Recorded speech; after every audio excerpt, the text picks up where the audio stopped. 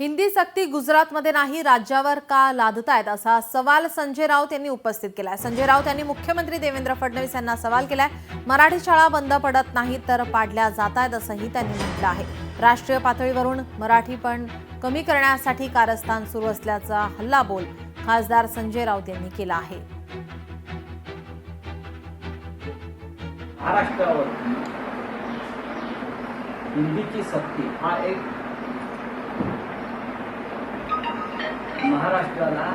महाराष्ट्रावरचं मराठीपण नष्ट करण्याचा डाव।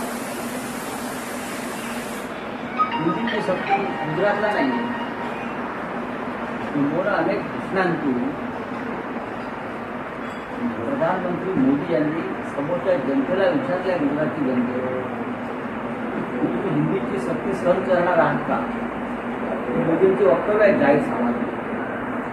मग ती हिंदीची सक्ती देवेंद्र फडणवीस महाराष्ट्रावर का लादतायत? मुंबईसारख्या शहरामध्ये, महाराष्ट्राच्या राजधानीमध्ये मराठी शाळा बंद पाडल्या जातात, परत त्या बंद पाडल्या जात आहेत। मराठीच्या छातीवर एक भाषा बसवून मुंबईसह महाराष्ट्राचं मराठीपण नष्ट करण्याचं जे कारस्थान चालू आहे, त्याविरुद्ध हे हत्यार उचलायलाच पाहिजे।